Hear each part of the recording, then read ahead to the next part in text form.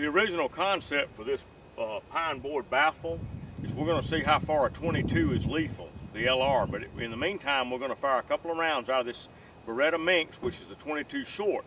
Now, this is a 1/2 inch pine board.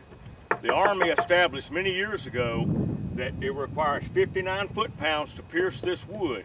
If a projectile will go through 1/2 inch pine, it's potentially lethal. So what we're going to do, Eric's going to fire his Beretta Minx at close range right in here, and then we're going to keep backing up with a 22 LR out of a 10-22 and to the distance that it will not penetrate this board.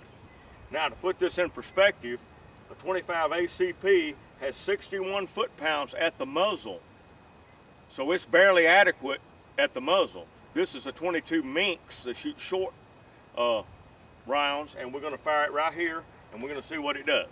Let's do it.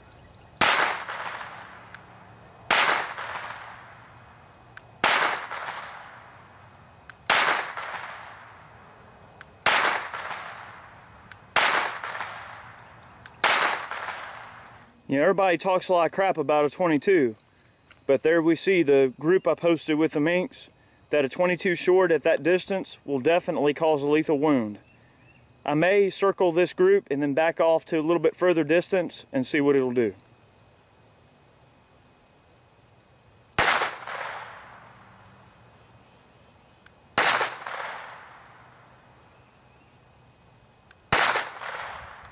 All right, that's enough.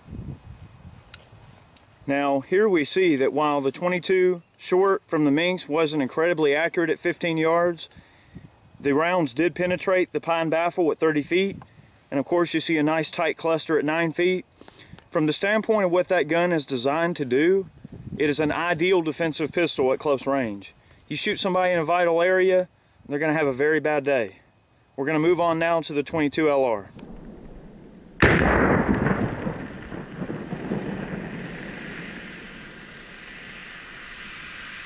Alright, we've now moved out to 100 yards. Chad has his Ruger 1022. We're going to be firing 22 LR. What kind of ammo is that? It's a SK, high velocity. High velocity SK, and that's a lead bullet, not jacketed. Pine baffle at 100 yards. That was about 2 inches low from the first two. That one's about 5 inches to the left.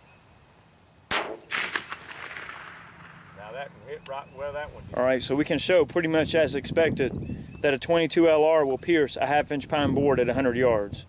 I know this is a gimme, but for the sake of science, we definitely want to work our way up. Set a baseline. Yep, that's our baseline. All right, we've now moved back to 200 yards. Same load, same rifle, same shooter, and we're going to try 22 LR on the 1/4 inch, 1/2 inch, 1/2 inch pine board, 200 yards.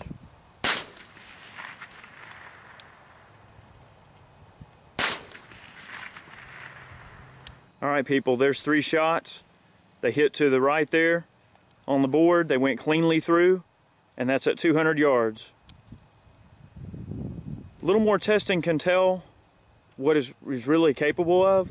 I would like to see some CCI Stingers put at really long range, you know, because that's a really hot 22 round.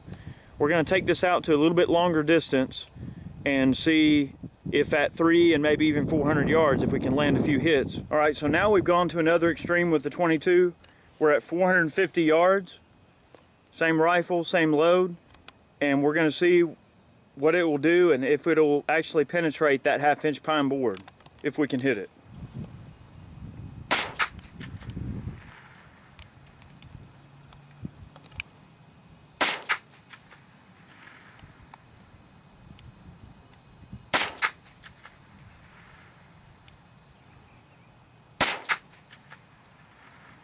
That hit about a foot low, Chad. Yeah, that's it.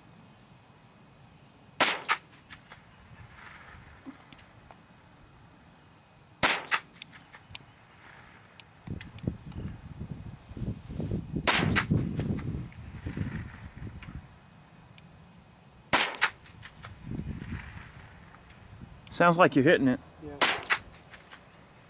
You can't see it, there's too much mirage. All right, we can see that at 440 yards, 22 LR penetrated a 1/2-inch pine board, which requires 59 foot-pounds of force. We got 2 good hits there at 440, and then 1 hit low right down there. The holes punched clean through. We did recover one of the projectiles, and we can see the weight retention is right on par. All right, Barry, so what can be said about a 22 LR or 22 short? Well, this hole at 440 yards is identical to the one at 30 feet. They're both clean holes. So judging by the old standard of 1/2-inch pine board tests, a 22 will kill you farther than you can shoot it accurately. Yeah, This and that's is the thing, you know. 440 yards. They're clean holes. Right, and we see that the Beretta Minx and a 22 short, although 22 short is by some standards, a woefully underpowered cartridge, at close distance it is capable of saving your life with proper shot placement. The one thing that we can come to gather here from this test is a couple of things. One thing is that you don't want to get shot with a 22 at any distance. Getting shot is getting shot. And people can talk all the crap they want about a 22, but a 22 will kill the crap out of you. Okay? Also, another thing, like Barry said, this distance is further than most shooters are capable of accurately hitting a point target with a 22 anyway.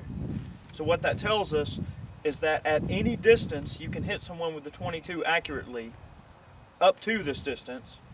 It will potentially cause a lethal wound. That's correct.